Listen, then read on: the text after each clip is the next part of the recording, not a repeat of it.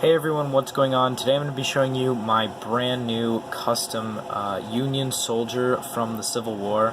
I made this pretty much as historically accurate as I was capable of making it.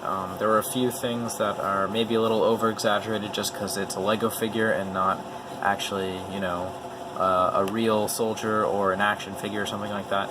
But yeah, I haven't really seen anyone that's done this before or made their own, historically accurate Union soldier. So yeah, if you're not familiar with the history of the Civil War, a little rundown is it was an American Civil War, obviously. So it was fought between the North and the South. The South wanted to secede from the North, and therefore obviously the Union did not like that. Federal government of America did not like that, and therefore sparked the Civil War, which lasted from 1861 to 1865. So that's a little rundown. If you want, to learn a little bit more about it, there's obviously way more you can learn about it. Go look it up. But that's not what this video is about. This video is about this figure. So yeah. So let's get into the figure. So this guy took me definitely quite a few hours to make, over the span of like 3 days, 2 or 3 days. This guy's completely, if you're not familiar with my channel, he's made completely out of fabric, metal, and paint. And that's pretty much it. And obviously Lego figure and Lego components. So I'll do a little 360 of him so that you kind of get a good idea of him. Or if you want to just click off the video now, because now that you've seen him, and his gun just fell. So let's actually just put this gun to the side for now, and we'll look at that later. First thing you might notice, his hand has a little piece of metal in it. That's just so it makes it easier to hold the gun. I was having some issues with that, and that's why that's there. You can see, starting off with the legs, take that off, you've got little boots right there. Pretty standard for Civil War. The pants, I'm sort of doing like a draping over effect, so the pants are kind of draping over the boots, because, in the Civil War, not everyone's uniform really necessarily fit them, so the pants are, going over a little bit too long. That's kind of the effect I'm giving there.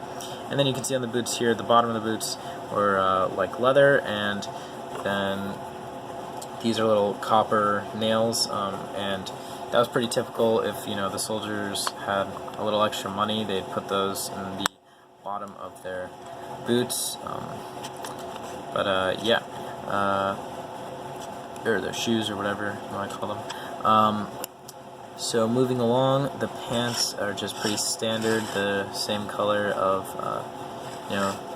typical soldier's pants in the Union. This is actually what the guy was beforehand over here, so that's what he looked like. And then I just used a clone body for the undershirt, because I didn't want to waste this right here, so now I have an extra. But anyways, so moving along, you can see the belt. He's got his bayonet scabbard with a bayonet in it that actually attaches to the gun, so that's pretty cool.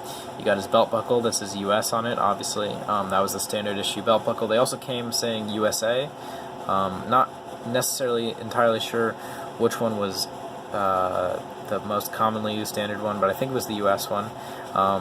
Then right here we got a cap box, or cap pouch, that basically stored all the caps for the gun. And basically how the gun worked was you put a cap in the gun, and you also put a round in the gun, and the trigger, when you hit the trigger twice, or you pull the trigger down, you're going to hear 2 clicks. One click is kind of like the safety, I think. I'm not entirely sure. I'm not a Civil War expert or rifle expert or gun expert, but it would come down like this. So if you hit the trigger, the hammer would come down like this, and then you hit the trigger again, or you push it further, and it comes down onto the cap, and then the cap creates a little combustion, that creates a little combustion because of the cap, which sends the round firing out, because it ignites the gunpowder in the round. So anyways, you may have already known that, and that just sounded really stupid, but sorry for the really bad summary of that.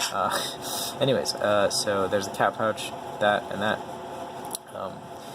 the belt buckle. Actually, yeah, the belt actually goes all the way around here, so you can see it's supposed to be a leather belt. Pretty cool.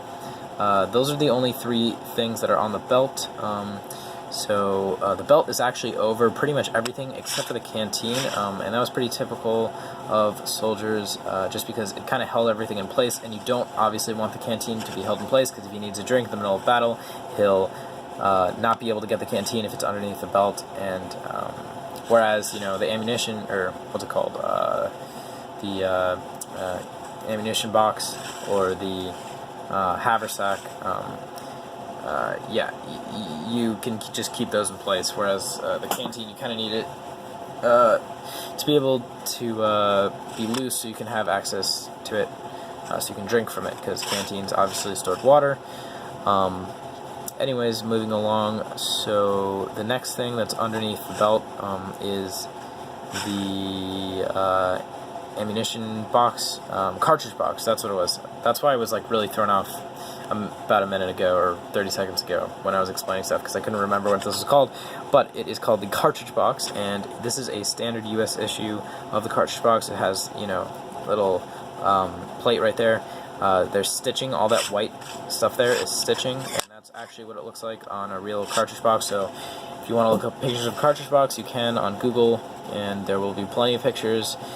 This is all historically accurate to the stitching, and also even the way I cut out the fabric here, the flap here, that's how it is on a real cartridge box. Also, I forgot to mention on this cap pouch right here, you can see there is actually a little flap right there, and that's why that copper thing's there.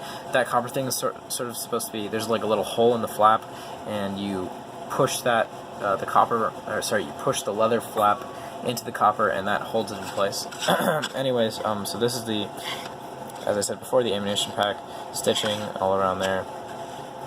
So this would hold all the rounds, so there would be around 40 rounds, typically, a soldier would have to fire. And then you'd have to collect them from, you know, the dead, or if they got, you know, reinforcements, they'd bring ammo. The next thing, you know what, let's look at the canteen now. So the canteen's really cool, I think, in my opinion. I've never really seen anyone do a Lego canteen before, but this was pretty hard to make. It actually even has a hole, so theoretically you could put water in it, or hypothetically. It would be kind of stupid though, because, yeah, it would just be stupid. It actually comes off. So first of all, I have a cork for the canteen, so that actually goes in the hole that I created for the canteen. And then I will take the canteen off right now, off camera, just because it's kind of hard to take it off, but I will do that anyways for the video. And now it's refusing to come off now. Give me 30 seconds or less. Okay, and it's almost off. Kind of have to like slide it off there. Alright, I got it. Okay, boom. So this is the canteen. It's really cool. It's pretty accurate. It's the same canvas as the pants, or the color canvased. Colored canvas. No, it's actually wool. It's supposed to be wool, not canvas. And you got like 3 metal clips. Whoa, one of the metal clips fell off. That's weird. Well, there's supposed to be 3 metal clips. I don't know where the 3rd one went. Maybe I just fell off when I was taking it off. But that's accurate to how canteens are. There's supposed to be metal clip here, and a metal clip here to hold on the strap. And then here's the hole that, I don't know if you can see any of this because it's out of focus, but the hole right there, that's where the cork goes into. Okay, so now you can see the figure without the canteen. Do a little thing like that. Okay, so what's the next thing I need to go over? Right, the cartridge box is attached to a strap that goes over the uniform right here, which the uniform actually has 4 buttons, gold buttons going down, but you can't see them because the straps are covering them. Anyways, this is the breastplate. So the breastplates have eagle designs on them. The standard issue federal breastplates have eagles on them. This one, I just kind of made like an outline because it's really hard to paint that small detail. This US was incredibly hard to paint. And you can see this one isn't even perfect just because, yeah, it was really a pain to paint that. super small. It looks way smaller, sorry, it looks much larger on video than it actually is in person. But anyways, so yeah, this color was really hard to create for the uniform. I actually combined 3 separate colors. I combined this one, and this one to create the uniform color, so that was pretty hard. This is the Haversack. I don't know if I showed you this. This is a standard issue Haversack. So, yeah, that's what that looks like. It has its own little flap right here. I don't know if you can see that. We'll take off the figure momentarily, just so you can see that better. There's the flap right there, so that's the Haversack. And that wraps around the figure, goes all the way around. The uniform, you can see he's got his like white undershirt there. Moving along to the cap. Trying not to make this video too long, it's already 10 minutes, so that's pretty long, but here is the cap, the cappy. There's a few names for this, but yeah. It is not focusing, wow, that is really, really annoying. Okay. Oh, jeez. And my phone is about to die. This is great. Okay. There it is. Let's see. It's got gold buttons. Yep. And then I put a little metal plate with fabric on the top and painted that to emulate how the caps normally look. So that's pretty much the figure. I think I did a really good job with the just general cutout of the uniform. It was pretty hard to make. It was like making teeny little clothes for a figure, and there's multiple pieces that I had to glue on, which normally would have been sewed. So, also, if I didn't mention, the white stuff here is all stitching on the cartridge box. So if that looks weird, that's what that is. So I will put this guy back here for a moment. I already showed you the canteen, now I will show you the gun. So obviously the gun isn't perfectly, perfect looking gun. I guess this is a Springfield. I think those were the most common issued guns. Correct me if I'm wrong in the comments. But anyways, this took a while to make. It has no Lego parts on it. This was all my own making. And yeah, I know that this is really over-exaggerated, so don't comment that in the comments below.